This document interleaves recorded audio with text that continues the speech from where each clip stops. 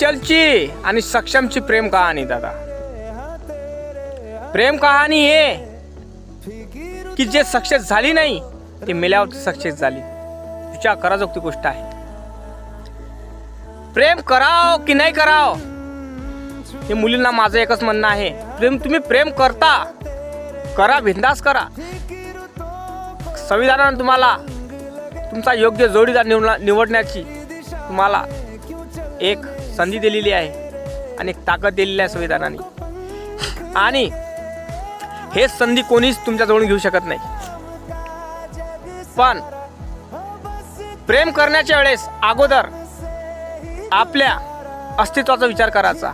का आपल्या प्रेमामुळं का आपल्या आई वडिलाचे स्वप्न दुखेल का? आपल्या प्रेमामुळं कोणचा परिवार हा बेघर होणार का?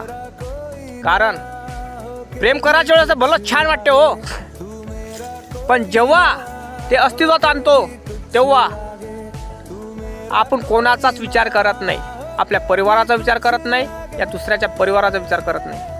अगोदर विचार करा तेव्हाच प्रेम करा. कारण प्रेम म्हणजे हे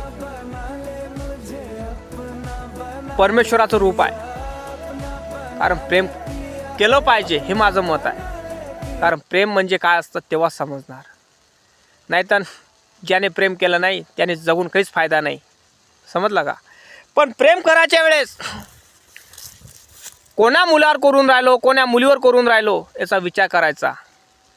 आणि जेव्हा तुम्ही अस्तित्वात प्रेम आणता तेव्हा आपले आई वडील आपल्या प्रेमाला इग्नोर करत आहे, म्हणत आहे का बाबा तिच्या मागं लागू नको, त्या मुलाच्या मागं लागू नको, त्या मुलीच्या मागं लागू नको. तर आईवडिलाचा विचार करत जा का आपले आईवडील चुकीचे बोलून राहिले का खरे बोलून राहिले.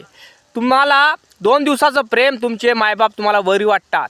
जेव्हा तुमचे मायबाप म्हणतात त्याच्याशी बोलू नको, त्याच्याशी बोलू नको, त्याच्यासंग नातं ठेवू नको, तर तुम्हाला तुमच्या मायबाप तुम्हाला वैरी वाटतात, दुश्मन वाटतात. तुम्हाला असं वाटते का माझ्या प्रेमात माझे मायबाप दखल देऊन राहिले, हे माझे दुश्मन आहात.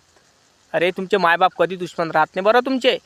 तुमचे मायबाप तुमच्या खुशीसाठी, तुमच्या आनंदासाठी, तुम्ही जिंदगी तुमची चांगली राहावं त्याच्यासाठी तुम्हाला बोलत राहतात.